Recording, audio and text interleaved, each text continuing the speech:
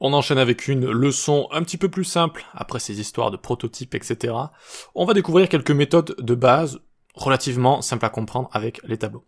Il existe une flopée de petites méthodes permettant de rajouter ou de supprimer un élément d'un tableau. Array.prototype.pop, cette méthode supprime le dernier élément d'un tableau.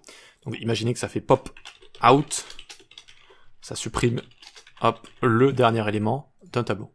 Voilà, relativement simple à comprendre. Ensuite on a shift qui supprime le premier élément d'un tableau. Donc si je fais maintenant number.shift et que je relog numbers, il n'y a plus que 2 à l'intérieur, juste ici. Ok. Ensuite, j'ai unshift, qui permet de rajouter les arguments qu'on lui passe au début d'un tableau. Donc, numbers.unshift, et là, je lui passe 1 par exemple. Tac, et je lui ai rajouté du coup 1 juste là. D'accord, j'ai push qui fait la même chose, mais à la fin. Donc ces petites méthodes sont pratiques à avoir en tête, en général on les retient plutôt facilement, push, pop, etc. Donc push, je lui remets 3 à la fin maintenant. Voilà, 1, 2, 3. Bon, rien d'autre à dire hein, sur cette chose-là. Et la propriété length. Alors avec length, on peut faire des petits tricks, on peut faire des petits... Il y a des petites astuces avec la propriété length. Alors, évidemment, connaître la longueur d'un tableau. Donc numbers.length, ici on a bien 3. Toujours la différence, hein, longueur c'est nombre d'éléments, et les indices c'est la position des éléments qui commencent à 0.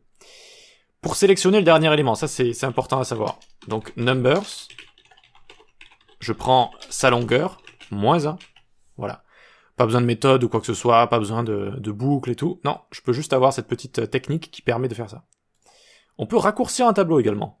Si j'ai envie de supprimer tous les éléments jusqu'au premier, je fais number.length est égal 1 par exemple. Et je relog number.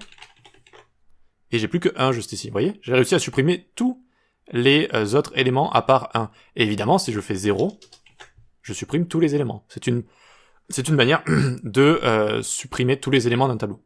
Voilà. Mais c'est aussi une manière de juste en supprimer une portion. De la droite en tout cas. D'accord? Une portion venant de la droite juste ici. Ok, suppression de tous les éléments, bah oui c'est ce que je voulais vous montrer. Bref, du coup je vais vous le mettre juste ici. Voilà, 0. Très bien. Voilà, petite leçon tranquille avec des méthodes de base, donc pour les tableaux. On peut passer à la suite.